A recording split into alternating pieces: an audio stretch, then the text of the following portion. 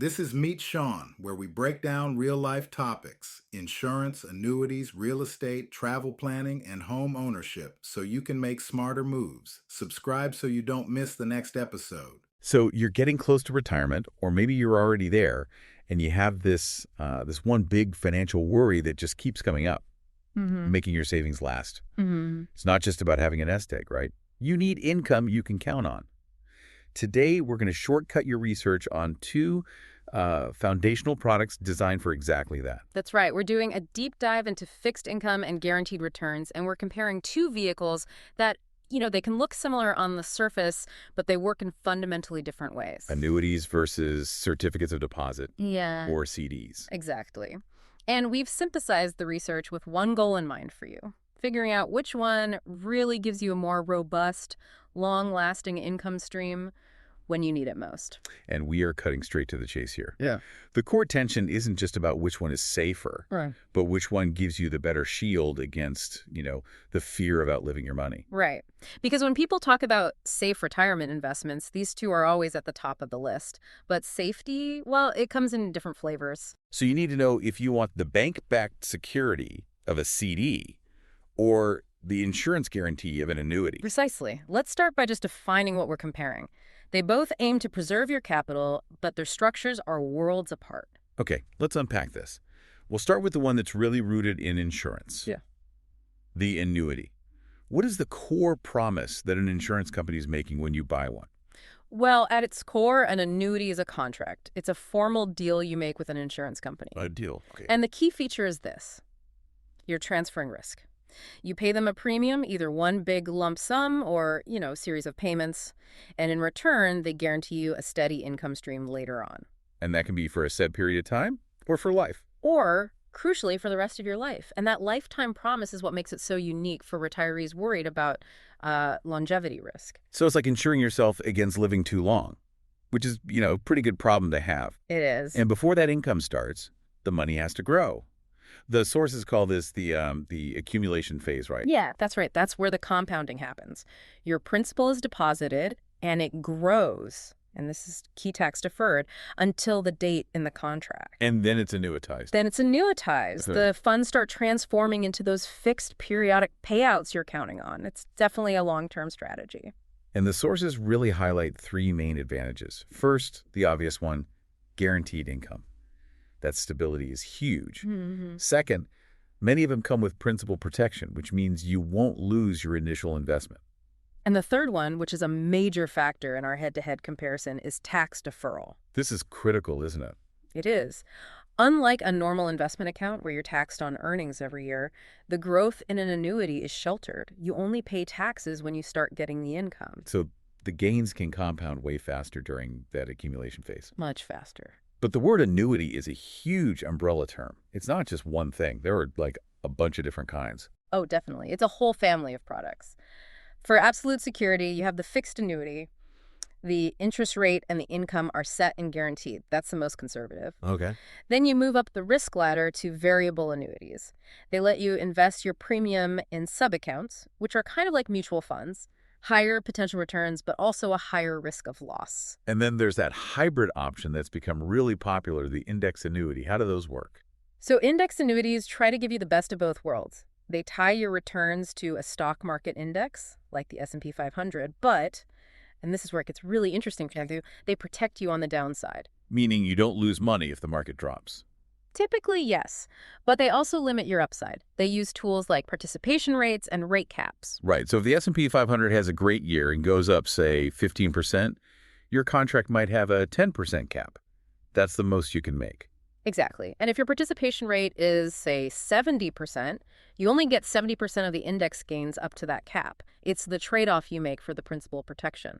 So more growth potential than a fixed annuity, but less risk than a variable one. You got it. And remember, there are also immediate annuities, which start paying right away, and deferred annuities, which are all about that long accumulation phase we talked about. Okay, that makes sense. Now let's pivot completely. Let's move from the insurance world over to banking.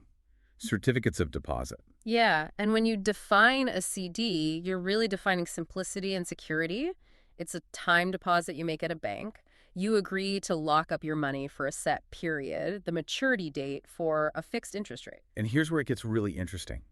The defining feature of a CD is the government backing. Precisely. That is its maximum safety feature. The insurance from the FDIC, the Federal Deposit Insurance Corporation, up to $250,000 per depositor per institution. And it's the NCUA for credit unions. Same guarantee. This government backing makes the CD, effectively risk-free up to that limit. And that low risk is what draws people in, right? The people who just want to preserve their capital above all else. Absolutely. The advantages are clear. 1, fixed returns. You know exactly what you'll earn from day 1. 2, that low risk from the FDIC or NCUA guarantee. And 3, flexibility in the term length.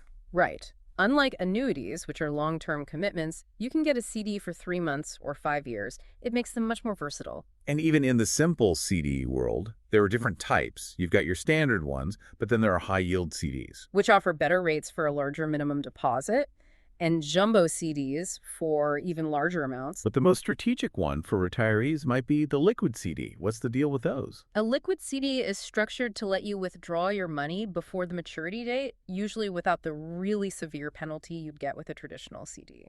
So you pay a little for that access, but it's a huge benefit if you need cash suddenly. A huge benefit. All right, now for the showdown. Rates, risk, and taxes. Let's start with the returns. Okay. So, generally speaking, annuities have the potential for higher interest rates than CDs, especially for 5-year terms or longer. And the sources gave a specific example, right? They did. A 5-year fixed annuity might guarantee, say, 4.0%, while a comparable 5-year high-yield CD might be closer to 2.5%. Wow, okay. That difference when it compounds over a decade, that's pretty significant. It's very significant. But if an annuity is promising higher returns, it has to come with a different kind of risk. Let's really hammer home the difference in the backing here. This is the critical distinction. With a CD, your safety is absolute, guaranteed by the full faith and credit of the U.S. government up to that limit. If the bank fails, the FDIC steps in. That's black and white. It is. Annuities are different. They are backed only by the financial strength of the insurance company that issues them. So there's no government guarantee. There are state guarantee funds, but they offer much less protection than the FDIC. This introduces what's called credit risk. If that insurance company fails, your contract could be in jeopardy. So you really have to check the financial ratings of the company you're buying from. You absolutely must. It's the difference between relying on a federal guarantee and relying on the health of one single company. That's a powerful difference. Let's move to taxes, which can get a little confusing. Mm-hmm. What's the real measurable benefit of that tax deferral on the annuity?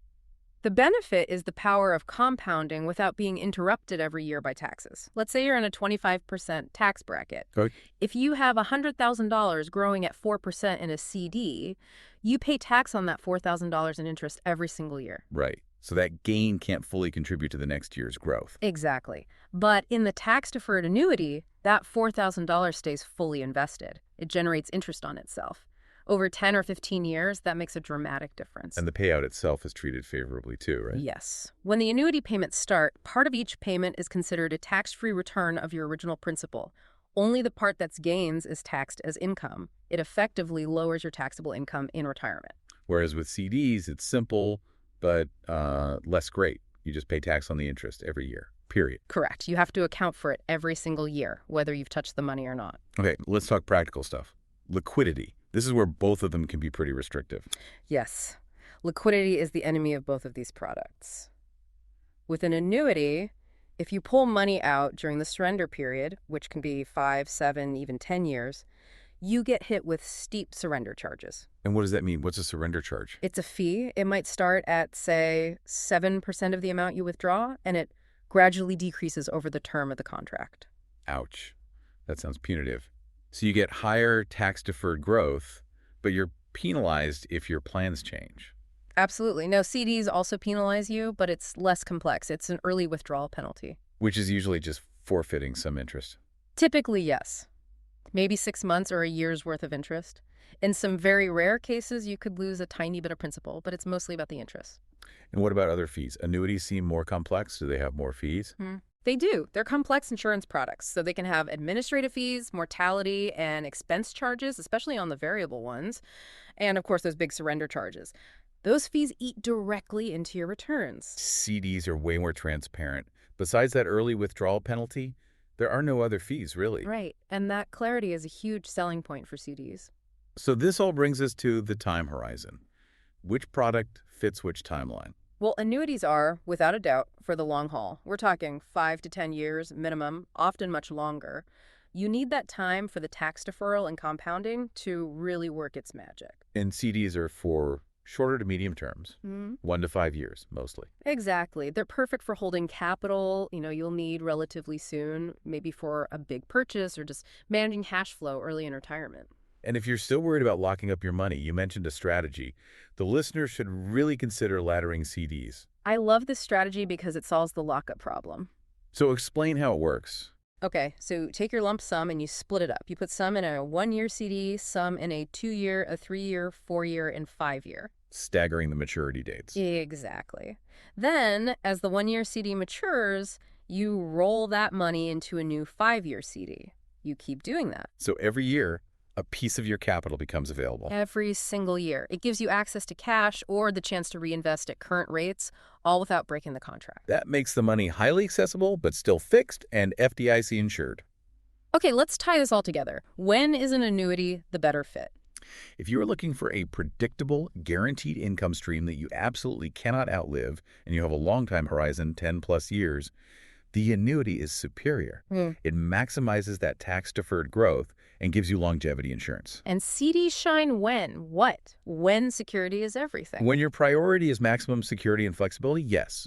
If you need money in the next 1 to 5 years, or you just cannot tolerate any risk, not even the credit risk of a huge insurance company, then the FDIC insured CD, maybe laddered, is the better choice. They sort of bridge the gap between your savings account and your long-term investments. That's a great way to put it. And, for many retirees, it's not an either-or choice. They strategically use both. Right. They might use a CD ladder for their near-term needs and emergency funds. Knowing that money is safe and accessible every year. And then use an annuity to lock in that non-negotiable guaranteed income that's going to last them 20 or 30 years, no matter what happens on the market. That combination approach is incredibly powerful. You address immediate cash flow security with CDs while you secure your distant future with an annuity. This has been a really critical deep dive. To recap, annuities can give you steady, potentially higher tax-deferred income, but they come with big surrender charges and credit risk. While CDs offer safe, fixed, annually taxed returns, backed by the full power of the government's guarantee. And they offer simpler strategies for liquidity, like laddering. And given the complexity here, the fees, the tax rules, your own risk tolerance, we have to stress the importance of personalized guidance. A financial advisor is crucial for tailoring the right mix for you. Okay, so since we spent so much time on the penalties for early withdrawal from both CDs and annuities, we'll leave you with this final provocative thought to explore. If both of these long-term planning tools penalize you for needing immediate cash, how much of your total retirement fund should realistically stay in fully liquid assets, like a simple high-yield savings account, to make sure you never have to pay the penalty for flexibility? Think about that allocation challenge. It's the balance between being ready for the unexpected and being guaranteed income for the distant future. That's a wrap on this deep dive. That's it for today's MeetSean. If this helped, follow the show and share this episode with one person who needs it. See you next time.